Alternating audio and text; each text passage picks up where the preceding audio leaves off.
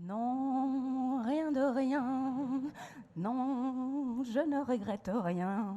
Cette introduction mauvaisement chantée est une spéciale dédicace à Joris, qui est un de nos coachs, qui m'a dit lors d'une répétition, non, mais Isa, tu peux pas commencer par Edith là. Et puis à David, je sais pas où il est, mais qui m'a aussi dit, c'est pas très positif comme intro quand même. Mais bon, si t'assumes, vas-y. Eh ben oui, j'assume, parce que qui d'entre vous n'a pas quelques regrets? On fait le test 2 secondes dans sa tête et on peut se dire tout ce qu'on a des regrets. Alors celui qui n'a aucun regret et qui a un certificat de non-regret sur la vie, moi je veux le voir à la sortie et qu'il m'explique comment il a fait. Parce que moi j'en ai des regrets. Sauf que j'ai décidé de ne plus en avoir. Ou en tout cas de ne pas en avoir certains.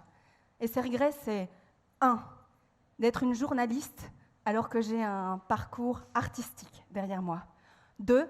D'être une journaliste qui a versé dans la presse féminine pas toujours totalement féministe. 3. D'être une journaliste qui s'est mise au service d'une presse marketée, ce qui n'était pas forcément mon idée. 4. D'être une journaliste qui fait le pari du réel alors qu'on est dans un monde virtuel. Et 5. D'être une femme qui s'est installée dans un quartier qui n'est pas sécurisé, où on peut se faire agresser, mais qui a quelques beautés cachées. Alors ce quartier, c'est le quartier de Bruxelles-Nord. Un quartier qui est situé entre la gare de Bruxelles-Nord et Tour et Taxi, plus ou moins, avec le canal qui passe entre les deux. Et moi, j'ai envie de parler de ce quartier, et donc d'assumer cette femme que je suis, journaliste à tendance artistique, qui a envie de parler de ce quartier. Comment je vais m'y prendre? En faisant une radio locale, simple, efficace, petits moyens, un micro, un émetteur, du podcast, natif, et surtout 3 piliers. Premier pilier, les gens du quartier. Ce sera une radio qui parlera des gens du quartier, par les gens du quartier, pour les gens du quartier, avec les gens du quartier. Vous savez, Xavier, là, qui tous les matins à 7h30 dévale les escaliers de la gare du Nord pour rentrer dans la tour des finances, puis pour aller luncher dans une petite rue du quartier, revenir dans la tour des finances et se casser à Verviers à 17h. Et d'ailleurs, Xavier, dans son petit tour train-train quotidien, il croise certainement souvent Dick. Dick, c'est ce prêtre, marié 2 fois. J'allais le dire 3. 2 fois. Et Dick, il a acheté dans un cube en verre pas encore construit, un appartement avec vue sur le verre. Il l'a acheté avec sa 2e femme, Chris, qu'il avait rencontrée sur petite annonce, parue dans un quotidien très, très sérieux de Standard. Et Dick, il adore l'histoire du quartier, parce que l'histoire du quartier, je ne sais pas si vous savez, mais elle est extraordinaire. Ce quartier, c'était un endroit où il faisait bon se promener au siècle passé. Ce quartier, il y avait un héliport, là, avec des hélicoptères de la Sabena qui décollaient vers l'exposition universelle en 58. L'exposition universelle en 58, ça tombe bien. Mariette, elle la connaît bien. Mariette, elle habite de l'autre côté du quartier, dans une grande tour en aluminium et en béton. Et Mariette, à la sonnette 129, avec ses cheveux et son œil vif argent, eh bien, elle était hôtesse à l'exposition 58. Mariette, ça lui a donné des amours de monde. Elle a des amis dans le monde entier qu'elle, du haut de ses 89 printemps, elle leur écrit et elle leur téléphone fréquemment. Et puis, Mariette, elle aime bien la culture. Et ça tombe bien parce que dans le quartier, il y a un gros building, un vieux building. C'est un ancien garage, un garage monde. C'est l'ancien garage Citroën où pas mal d'habitants du quartier ont acheté leur première voiture. Et ce bâtiment, on a décidé de le réinventer en un musée. Mais la culture dans ce quartier, c'est pas seulement les musées, c'est aussi la ferme Maxi 1000 liens. La ferme où j'ai rencontré Ernest, qui, du haut de ses 8 ans, m'a rappé un rap chaloupé.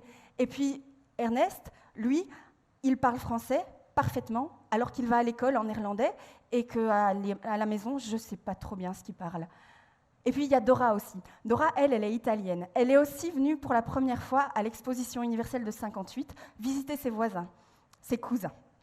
C'est ma voisine, mais elle visitait ses cousins. Et Dora, elle a décidé, parce qu'elle aimait Bruxelles, d'acheter sur plan un petit studio dans une grande tour en béton et en aluminium avec vue sur l'atomium. Mais à l'époque, on voyait toutes les boules. Maintenant, on n'en voit plus qu'une à cause des constructions qui poussent comme des champignons le long du canal. Dora, elle n'a pas de mari, elle ne s'est pas encombrée de ça, elle n'avait pas envie. Mais Dora, tous les soirs, elle fait le tour du quartier pour nourrir tous les animaux errants. Et puis, en allant nourrir ces animaux errants, elle passe par le parc où il y a des migrants. Et malgré un discours qui n'est pas toujours bienfaisant sur ces migrants, elle les connaît, ces migrants. Elle connaît leurs noms. Elle discute avec eux. À certains, qui l'appellent Mama, elle apprend le français. Ça, c'est mon premier pilier. Ce sont les habitants de mon quartier. Ce sont ceux dont je vois les histoires et dont j'écoute les histoires, mais dont je voudrais qu'après, ils se saisissent du micro et qu'ils aillent après voir d'autres histoires. Le deuxième pilier de cette radio, c'est l'art. Parce que des artistes, il y en a beaucoup dans le quartier. Et je veux qu'ils donnent du son, du corps et de la voix, des images à ce projet de radio. Et puis le troisième pilier, et non des moindres, c'est un lieu qui permettrait à Xavier de ne pas courir le long des escaliers pour prendre son train vers Verviers à 17h, mais de rencontrer Mariette ou Dora autour d'un café ou d'un thé. Ce serait un lieu qui permettrait à Ernest de faire du rap avec ses copains, et ce serait un lieu qui permettrait aux associations de ce quartier bigarré et un peu traumatisé de se retrouver. Alors voilà, ce projet, c'est le mien. Pour faire ce projet, j'ai un peu rêvé.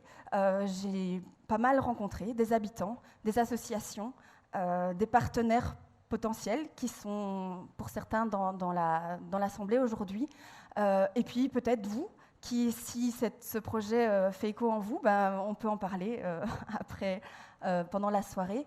Parce que ce projet, je le porte profondément en moi, et que surtout, j'ai pas du tout envie de regretter qu'il ne se fasse pas, parce que j'ai plus envie de regretter.